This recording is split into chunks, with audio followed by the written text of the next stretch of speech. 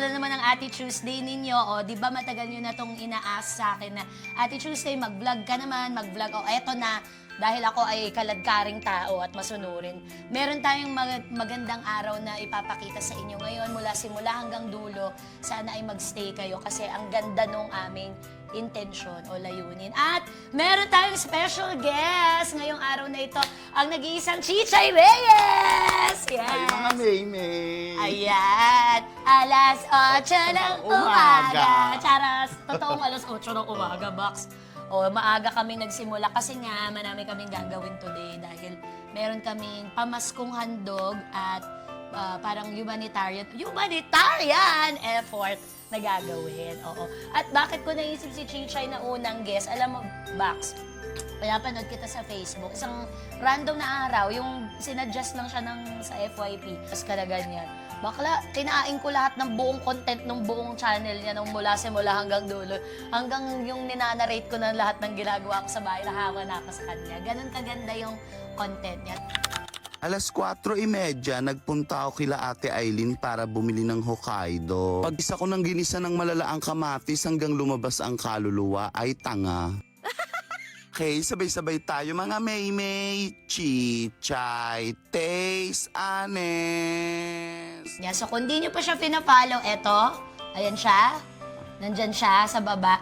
I-follow niyo yan, nakaka-GV ang kanyang content. So, paano to nagsimula? Kwento mo sa akin. Paano ka nag-start mag-vlog, ganyan? At bakit naisipan mong pagluluto yung gagawin mo? Dati pa lang, Mima, na ako?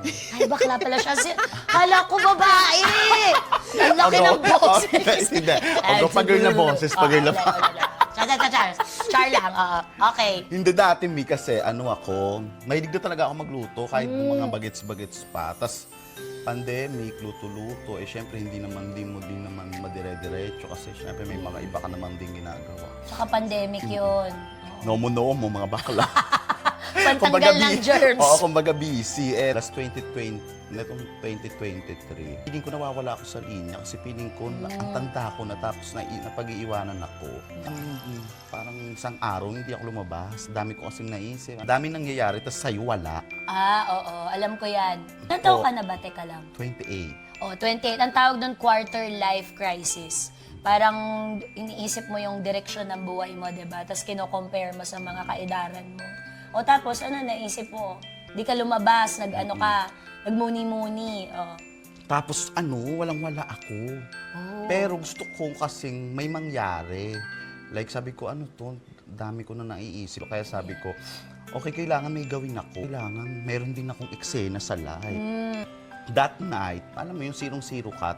Ako yung tipo kasi ng tao nang hindi ko kayang magsalita sa mga magulang. Kumbaga akin yun. Siyempre, alam mo, matanda na rin sila. Ayoko na rin din silang... Panganay ka? Hindi, pangatlo. O, kita mo, usually nangyayari yung problema na yan sa panganay. Pero ikaw yung parang pinaka-responsable, tingin mo, sa inyong lahat. Meron naman din yung iba hindi. Yung iba hindi. Sa mga kapatid ni Chichay, charas! Charas! Tapos... May ganun talaga sa pamilya.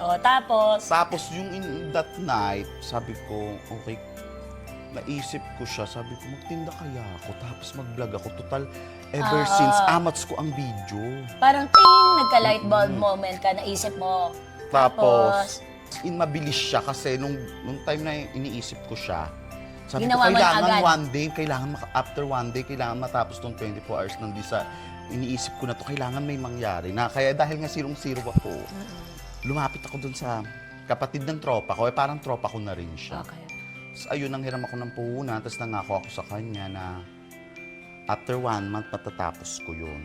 Natapos ko siya, wala pang 1 month. 2 weeks pa lang siya, alam mo yan. Ayan, salamat sa iyo kay ate na nagbigay ng puhunan. Mabuhay ka. Tapos, tinuloy-tuloy ko na siya, tinda-tinda. Hanggang una kong upload, actually, hindi ko siya expect. Parang gusto ko lang talagang magtinda, tapos magbibideo. Kasi dati naman nung mga pandemic, nagbablog-vlog ako, tapos dinidelete ko kasi parang nonsense. Hindi ka nagagandahan. Oo, di ako nagagandahan. Tapos ayun siguro dahil bet ko rin talaga, nagtitinda, tuloy ko na nga ako. Ang ganda. Kaya inano ko siya, tinuloy-tuloy ko na siya. Kita nyo, hindi kayo dapat nalulungkot pag kunyari dapang-dapa kayo. Yung yan, sabi ni Chichay, wala siya. Tapos may mabait na nagbigay ng puhunan. Ginawa niya lang yung sa tingin niya na parang mabibigyan mo ng buhay kasi nga amats mo yung video. Gusto mo talaga siya. So pag gusto mo ang isang bagay, tas naniwala ka, kailangan aksyonan mo na agad. Yes. Kasi may dahilan, ba't ka tinawag ng universe? Gawin mo to bakla. Oh. Pag di mo pa tinayuan yon, ewan ko, ikaw na lang may kasalanan. Okay, about it. Face the wall. Okay. Children, face the wall. Yes! So, bakit ko ba to ginagawa? Ayan ang mga rason bakit ko ginigest si Chichay at yung marami pang mapapanood nyo dito. Kasi gusto namin na ma-inspire kayo, na malaman ninyo na hindi lahat ng nangyayari sa buhay ay magaganda. Pero, yung mga pangit na nagaganap sa inyo, pwede nating iikot para maging mabuti para sa atin. Tama? Yes. Okay, so ngayon ang dami mo ng customer, tapos yung mga comments, nakakatuwa. Ano yung pakiramdam mo ngayon na ganito na yung nangyari sa decision mo dati? Dahil di ba nung una kong upload, nang wala pang 24 hours, ang daming likes, ang daming comments. Ang daming nagme-message sa akin. Na umu-order. Nung una, hindi pa siya nagsisink in kasi ang daming bumabati sa akin sa lugar namin. Sabi ko, award, tindera na ang mama. Yes, totoo. So, Bilang palengke, vlogger. diba? Ang pambati nila sa'yo, Chichay, Taste Taste Alice, pati mga bata, gano'n. Pero yung Chichay Taste Me, ano siya, nasabi ko lang siya, kumbaga wala, hindi pa siya. Di ba nagra-rhyme-rhyme ako? Yes, Hindi pa ako nagra-rhyme. Yung una kong upload na Bicol Express. Hindi Oo pa nga, nagra- nakita ko Tapos nga parang yun. nasabi ko lang doon ng Chichay Taste Alice. Tapos ang daig comment, parang nakaidlip ako. Papanindigan ko to. Oo, Parang ito ang tumatak. branding. Yun, oo. Tsaka yung soda, ano naman tayo, mga may, yung sa dulo. Minsan ginagawa ko yun sa pag nagluluto na ako. Wala namang bumibili sa akin. So, tatak na tatak yun.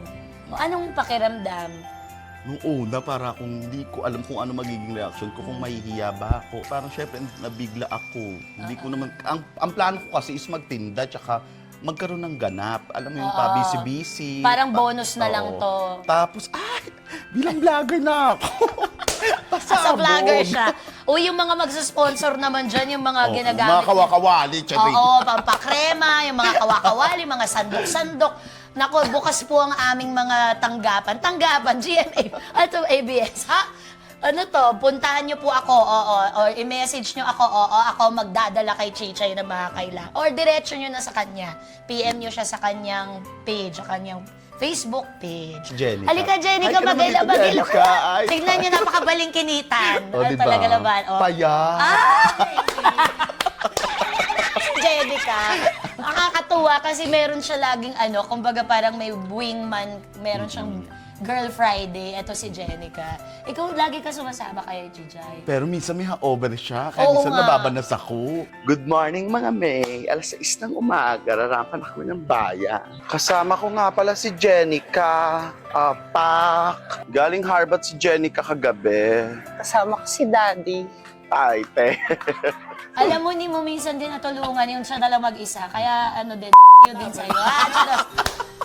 Natatamaan na lahat wala na sinasanto Okay, so dahil tatlo na kami, hindi kami mahihirapan, mamamalengke na muna kami. Tama na muna ang daldalan, tutuloy namin habang nagluluto. So dito lang kayo at sana magustuhan niyo yung lulutuin namin kasi lahat ng mga lalabas sa kusinang ito ay mapupunta sa magandang bagay. Pero mamaya na, secret muna, secret. Okay, so kita-kita tayo, mga Maymay! Ika na, Bax.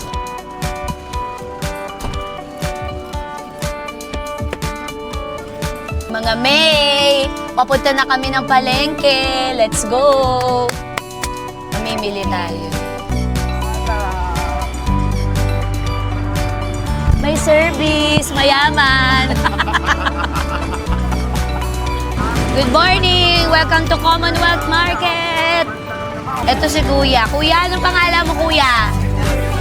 I-interview natin si Kuya. Kuya, naniniwala ka ba? Nakasya 500. Sa Noche Buena. Hindi ka siya. O, tamo, si Kuya na nagsabi tindero sa palengke, hindi ka siya. Maghanap ka, Kuya, kung wala ka, kasi demanding. Demanding na Hindi po pwede itong sasabihan mo kung wala. Ano ba ito? Attitude. Ayun. Perfect. Dalawa. Taray, no? Tingnan nyo ang merkado ng Pilipino. Namana natin to sa mga Chinese, yung tingi-tingi culture, yung konti-konti, di ba? Kasi pag nagluto tayo, lalo na dati, sariwa talaga, araw-araw. Kaya tingi-tingi. Wow, parang SM lang. I receive. Your change is... Dami mo na nalaman. Huwag tayong masyadong gumagamit ng plastic, masama yun. Kaya maraming baha kasi yung mga basura kung saan na umiyak para kayo ng kalikasan. Ito po kasi. Oo, shoutout kay Abby, also known as Sierra Madre. Batang masipag, laging pagod. Charet. Doon daw ang gulay, so pupunta tayo doon. Yan siya. Thank you. Ako na magbitbit nito. Saan po yung gulay? Dito po sa baba? Okay, go. So, mag-aalas 10 na lang umaga. Kukuha kami ng gulay. Kalahating kilo lang kasi ang mahal-mahal, ha? Kuripota, si Mama. Chares, dapat matalino yung mga nanay, no? Hindi pwedeng porket may panggastos. Uubusin. Kailangan magaling kang mag-budget. Ngayong Pasko, pupunta kayo sa pamilyang bayan nyo kasi kailangan ng mga maliliit na tindero ng suporta. Ito lang yung panahon na nakakabawi sila sa puhunan nila, kaya dito kayo bumili. Salamat po. Bumibili na ako sa'yo, huwag ka na mambola, ha? Charet. Ang ganda ko daw, sabi ni ate. Ikaw na ba, ate? Charet. Kayo yan. Sa mga oras na ito, ay ginagawa na namin ang krema.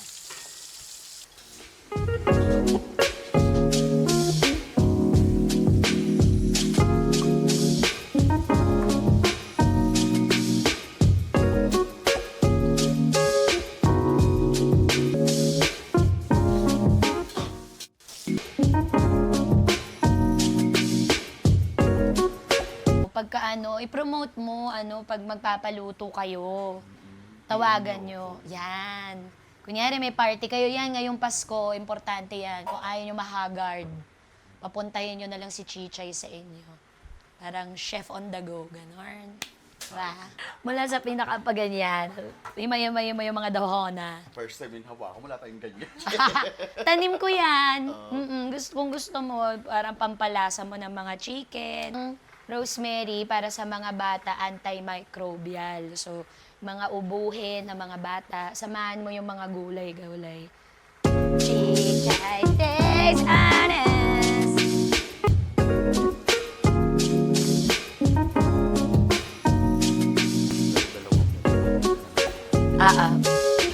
Mas madaling dagdag yung sa magbawa. Sa mga oras na ito ay natapos na ang aming niluto. Sabay-sabay tayo mga Maymay! Chichay Taste Honest! Nandito po kami ngayon sa Holy Trinity Home for Children at mamimit na namin ang mga bata. So, ang ginawa namin ni Chichay ay nagluto kami kasi nga dadali namin dito. So, magdadala kami ng konting blessing sa kanila at magsispend kami ng afternoon kasama ang mga bata na walang mga magulang. Isang araw ay papasayahin namin sila.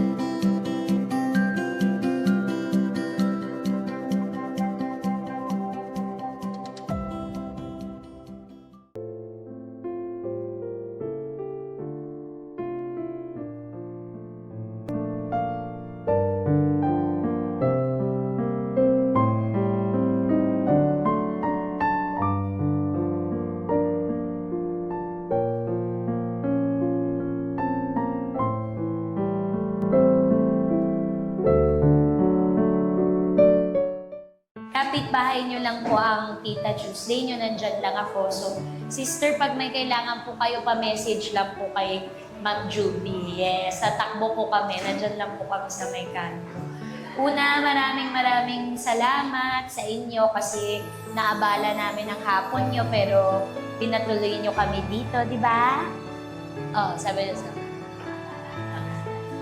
Ayan, sana ay yung ngayong Pasko ay maging masaya kayo, malusog, at saka lagi lang kayong maging okay. Makakaasa kayo na kapag meron kaming mga blessings, ibabahagi namin sa inyo parate. At saka siguro wala na pa akong ibang hinihiling kundi sana hindi lang kayo pero lahat ng bata ngayong Pasko magkaroon ng maligayang Pasko. Magkaroon ng bahay at magmamahal sa kanila. Tama? Tama. Masaya ba kayo dito? Ayan. Sige, lagi ko kayong bibisitahin. Nandyan lang si tita ninyo, ha? Merry Christmas and Happy New Year! Hello sa inyo ulit lahat. O, eto na yung sorpresa namin kasi sabi namin kanina, di ba, meron kaming mahalagang gagawin dahil nagluto kami. Dahil nga, dadalhin namin dito sa Holy Trinity Home for Children. At ngayon, kasama natin si Sister Lery at saka si Ate Juby. Yay! Sobrang salamat po. Ayan, salamat din pala kay Dr. Camille sa sabi sa akin na malapit lang yan sa bahay mo at doon ka pumunta. And true, in a 5 minutes, nandito na ako, nandyan lang ako sa kabila.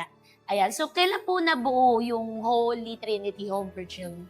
1993. 1993, so ang Tagal na tagal rin. na. Ano na? rin po 3 dekada. Sino po ang nagtayo nitong na to, institusyon? Ah, okay. Apo. Sa mahigit 3 dekada, ilan na po ang mga, sa total, ang mga naalagaan bata? 600 na mga bata ang dumaan sa Holy. Yung iba po, ayan, nakikita ko po may mga nakapagtapos. Meron pa po Sa loob, nag-aaral pa. Kung mapapanood mo to sa FYP mo o sa feed mo at interesado kang tumulong, lalagay namin dyan sa description yung contact number ng nila. Holy Trinity at saka kung saan nyo makokontak si Ate Juby. Siya po kasi yung aking nakausap sa Viber. Ayan. Para po kung gusto nyo mag-donate, magbigay ng blessings po ninyo, madali nyo po silang Mahanap at makakausap. makontak. Correct. Yan, maraming salamat po. Thank you. Mabuhay po kayo. God bless po. Sobrang Merry nakakatuwa. Christmas po. Merry Christmas. Merry Christmas! Yay! Donate na!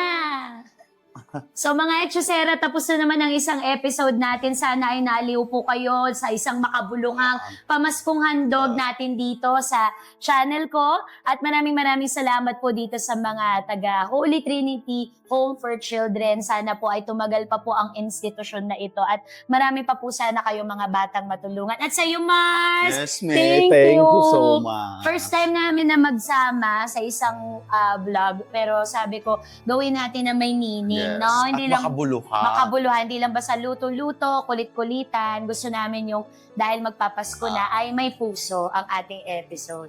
So salamat sa panonood. Abangan nyo ang mga susunod pa naming episodes. Mamimigay tayo ng mga blessings sa maraming tao. Hanggang sa susunod mga Echosera. Bye!